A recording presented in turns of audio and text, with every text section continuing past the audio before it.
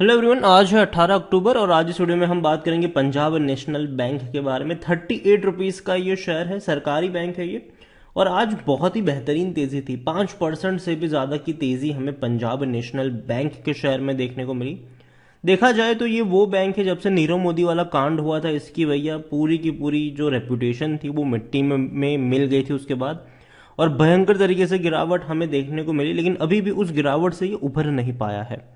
लेकिन एक चीज जरूर है कि जब भी ये शेयर 30 रुपए 35 की रेंज में गया है, बेहतरीन मौके बने हैं खरीदारी के, क्योंकि हर बार वहां से बाउंस बैक दिखाया है इसने। वीडियो में डिस्कस करेंगे कि पंजाब नेशनल बैंक की क्या मौजूदा सिचुएशन है और खरीदारी के मौके यहां पर बन भी रहे हैं कि नहीं। तो वीडियो को शुरू करो उससे पहले अगर आपने अभी तक चैनल को सब्सक्राइब नहीं किया है तो प्लीज़ अभी इसे सब्सक्राइब कर लीजिए, क्योंकि आगे भी बहुत सारे वीडियोस हैं जो आपको काफ़ी ज़्यादा हेल्प करेंगे। तो पंजाब नेशनल बैंक 38-39 रुपीज़ का शेयर है और पिछले एक महीने में अगर हम देखें तो पिछले एक महीने में यहाँ पर तकरीबन 2% की गिरावट है। ये टूट कर आया था 40 रुपए से 34 तक गया, थोड़ा सा कंसोलिडेट किया, अब वापस भागना शुरू किया। देखो, मैंने पहले भी कहा था कि 35 के नीचे मुझे ये महंगा नहीं लगता है पंजाब नेशनल बैंक का शेयर। क्योंकि देखो हो क्या रहा है ना, अभी अभी जितनी भी सरकारी बैंक, ज्यादातर सरकारी बैंक जो है वो बड़ी सरकारी बैंक जो है वहां पर काफी बड़े पैमाने पर तेजी देखने को मिल रही है। चाहे इस देश की सबसे बड़ी सरकारी bank state bank of India हो, भैया बहुत बड़ी तेजी इसने दिखाई है। और जब भी टूटा है बेहतरीन बाउंस बैक दिया है। कोविड के वक्त अगर आप देखो तो बेहतरीन मौके थे और मैंने कहा था कि मौके हैं, खरीद के भूल जाओ इसको लॉन्ग टर्म के लिए। क्योंकि देखो सरकारी बैंकों में बेहतरीन तरीके से रिफॉर्म हमें देखने को मिल रहा है और ये कहीं ना कहीं अच्छे संकेत भी है। एसबीआई की बात करो या फिर बैंक ऑफ बड़ौदा की बात करो, बैंक ऑफ बड़ौदा अभी मतलब पिछले लंबे समय से परफॉर्म नहीं कर रहा था, लेकिन अगर आप देखोगे तो अभी धीरे धीरे ही सही लेकिन एक बहुत बेहतरीन तेजी की तरफ भी ये जाता हुआ नजर आया है। लेकिन उस तरीके की रफ्तार हमें पंजाब नेशनल बैंक में देखने को नहीं मिली है। अगर आप एक साल का ग्राफ देखोगे तो अभी भी 11 से 12% की गिरावट है। टूट के ये बिखरा था, कहां तक आया था, 30 रुपए के भी नीचे। और अगर आप चैनल को रेगुलर फॉलो करते हो, मैंने कई सारे वीडियोस तब बनाए भी थे और मैंने कहा था कि अगर आपको रिस्क लेना है तो डेफिनेटली 30 रुपए के नीचे का रेंज अच्छा है। जब तेजी भी आ रही थी, जब यहाँ पर तेजी भी आ रही थी, तभी मैंने कहा था कि 35 रुपए तक भी मुझे इसका प्राइस पसंद है बाइंग को लेकर। काफी अच्छी रफ्तार बनी, 40 तक गया, टूट के बिखरा, वापस खरीदारी के मौके बने थे, वापस 35 से नीचे गया था ये। अब वापस दौड़ना शुरू कर रहा है पंजाब नेशनल बैंक का शेयर। पीएनबी में अगर आप देखोगे तो लार्ज कैप शेयर है, 40,000 करोड़ से भी ज्यादा का इसका मार्केट कैप है।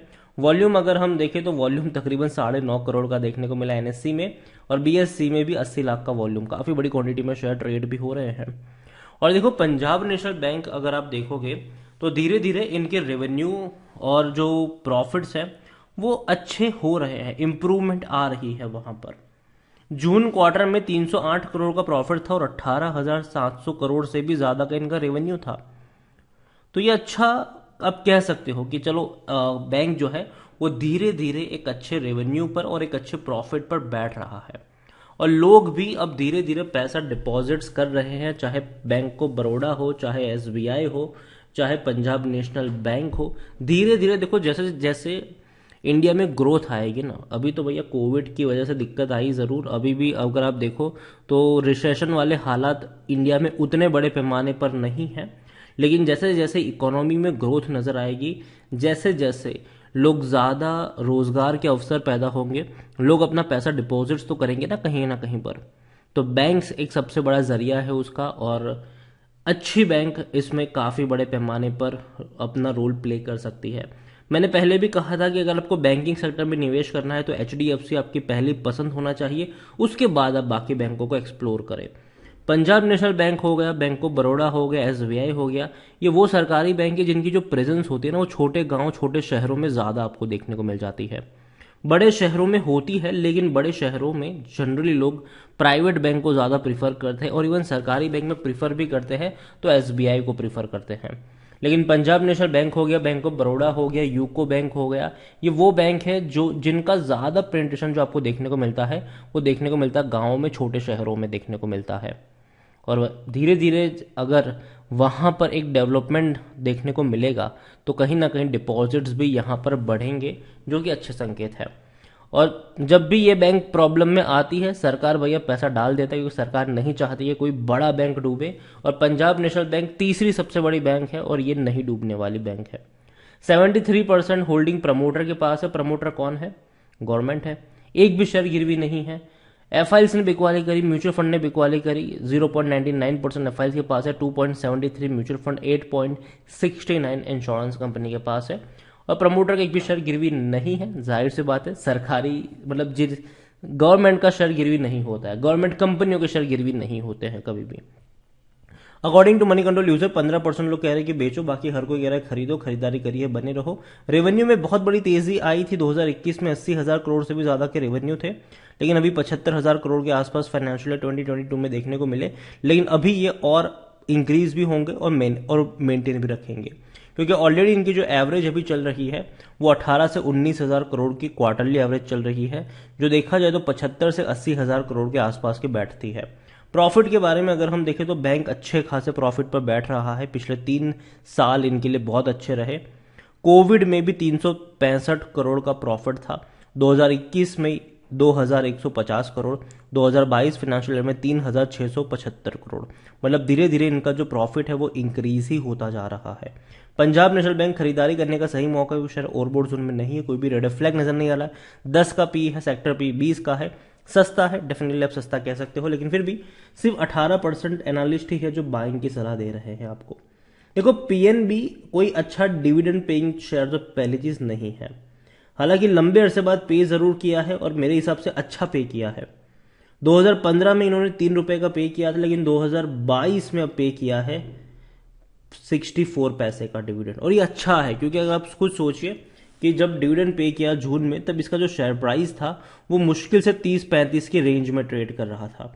अब 30-35 का शेयर अगर आपको 64 पैसे का डिविडेंड पे करता है तो उतना खराब तो नहीं है, मेरे हिसाब से नहीं है। और अब यहां से मुझे लगता है कि शुरुआत हो सकती है कि बैंक प्रॉफिट कर रहा है, रेवेन्यू कर रहा है, डिविडेंड भी पे करना शुरू कर रहा है, रेगुलर पे करेगा, तो डेफिनेटली यहां से एक अच्छी शुरुआत आप एक्सपेक्ट कर सकते हो पंजाब नेशनल बैंक से।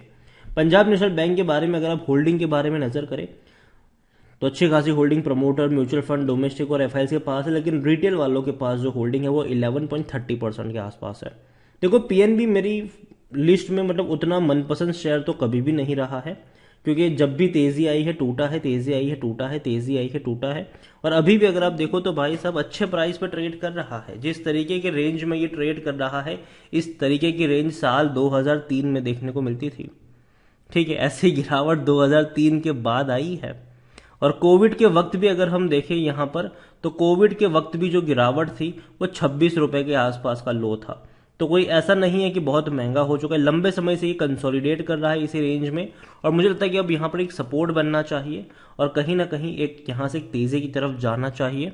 और अच्छे नतीजे मैं एक्सपेक्ट कर रहा हूँ यहाँ पर आने वाले दिनों में। खरीदारी करी है, बने रहिए। फ्रेश बाइंग की जहां तक बात है तो मुझे लगता है कि 35 की रेंज में खरीदारी के मौके बनेंगे। अभी थोड़ा सा महंगा जरूर है, लेकिन आप चाहे तो थोड़ी क्वांटिटी ऐड कर सकते हैं। और अगर टूट कर ये 32-33 पर आता है तब और आप यहाँ पर एवरेज करके भी चल सकते हैं। वीडियो को यहीं पे एंड करो, उससे पहले एक और बैंक है आईडीएफसी फर्स्ट बैंक। ये भैया बेहतरीन तेजी दिखा रहा है ये, और इसको नेक्स्ट एचडीएफसी बैंक भी बोला जा रहा है। और अगर आप चाहते हैं कि मैं इसके ऊपर एक डिटेल वीडियो लेकर आऊं तो कमेंट में आईडीएफसी फर्स्ट बैंक जरूर लिखेगा। जितनी ज्यादा कमेंट आएगी उतना जल्दी वीडियो आएगा। वीडियो को यहीं पे एंड करूंगा। पसंद आया हो तो लाइक करें, शेयर करें। चैनल पर अगर पहली बार आए तो प्लीज सब्सक्राइब करें। और पंजाब नेशनल बैंक के बारे में क्या सोचते हैं वो भी आप मुझे कमेंट में लिखकर बता सकते हैं। Thank you.